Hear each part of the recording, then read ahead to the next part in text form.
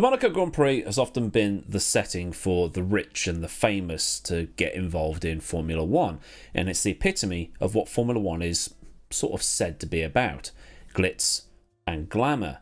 It's also the only point in a Formula One season where you'll watch the car be wrung to within an inch of its life because, well, 1 inch too far and you're in a wall. And as a kid, watching these cars be flung around the track was cool. And after qualifying, I'd often fire up Jeff Cramman's Grand Prix or Grand Prix 2 or Grand Prix 3 and give it a go for myself. Because it conjured up those images of Hakkinen and Coulthard and Hill and Montoya or whoever lobbing their cars around and, doing what was often described as flying a fighter jet around a living room. But for my dad, though, it was the years of people like Graham Hill. Now, Graham Hill was Mr. Monaco, a 5-time winner on the streets of Monte Carlo.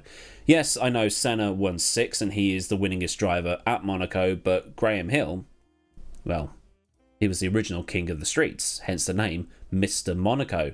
And yes, Senna did indeed win more and was therefore more successful, but Graham Hill knew everybody there. He was in everywhere. Princess Grace Kelly, Prince Rainier, everybody. Like all the celebs, everybody. Now, however, Monaco doesn't seem to have that magic anymore. I know a lot more people who are more interested in the Indy 500 than the Monaco Grand Prix this year, and in recent years it's just not had that same buzz surrounding it. When it was off the calendar for the 2020 season due to the global situation, I don't know anybody who missed it not being there. And now there are whisperings going around that the Monaco Grand Prix might be in danger of being booted off the calendar entirely. Why? Well, money, because, money is always an issue, but there is also the circuit itself and how the event is organised.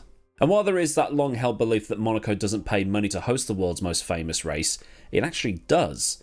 It pays something like 10 million euros a year to host it, which, while actually a fee, is probably the lowest hosting fee on the calendar.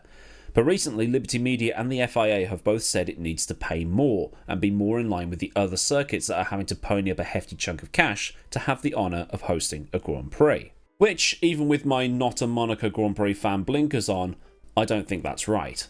And I've said before that Formula One has its 4 crown jewel events: the British Grand Prix, the Italian Grand Prix, the Belgian Grand Prix, and the Monaco Grand Prix. Now, before the "you're only saying that because you're British bias" comments pile in, the Italian and British Grand Prix are the only 2 Grand Prix to be held uninterrupted since 1950. They've been held at different circuits, I'll admit, but they're the only 2 ever-present events. They have to stay. And Silverstone and Monza are packed every single year, even in days of British drivers and Ferrari not doing well. Those 4 events should be held in a special club of "you don't touch these." They should have very low, if non-existent, hosting fees.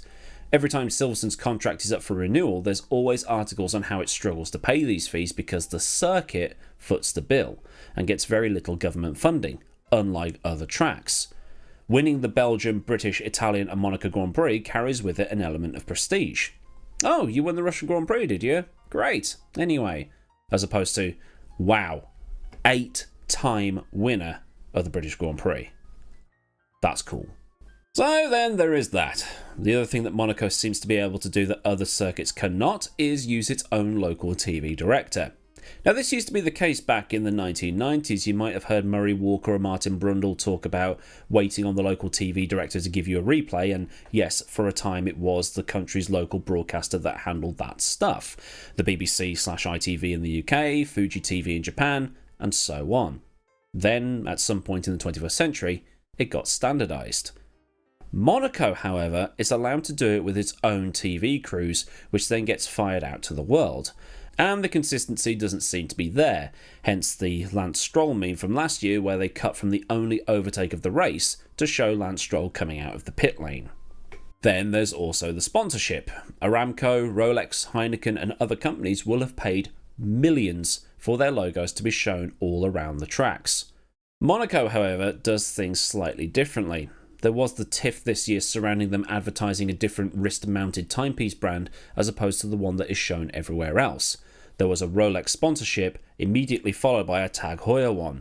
When a company has entered a sponsorship deal with the promise of logos being shown at every race, and then there's a race that seems to do its own thing and then show a rival company through a deal that race negotiated with that company, then the official watch of Formula One, or whatever they want to call themselves, will be suitably annoyed and will want to call the lawyers in.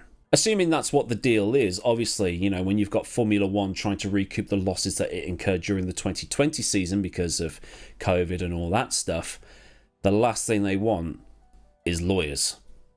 And this is all probably why Stefano Domenicali is making, as noted by one media outlet, a power play when it comes to Monaco. He seems quite serious about bringing Monaco in line, and there's also reports coming from Andrew Benson over at the BBC that the FIA and Liberty have asked Monaco to consider making changes to the circuit here and there, particularly the chicane at the harbour front to try and allow for some more overtaking moves, but the circuit has continued to stand firm and say no, because this is Monaco. So maybe then we're seeing a throwback to the days of the 1960s when Jackie Stewart and the GPDA demanded that Spa and the Nürburgring make changes to the circuit in the name of safety. And Spa and the Nürburgring didn't do anything because they basically went, they'll never boycott these tracks. We're Spa, we're the Nürburgring. They wouldn't dare.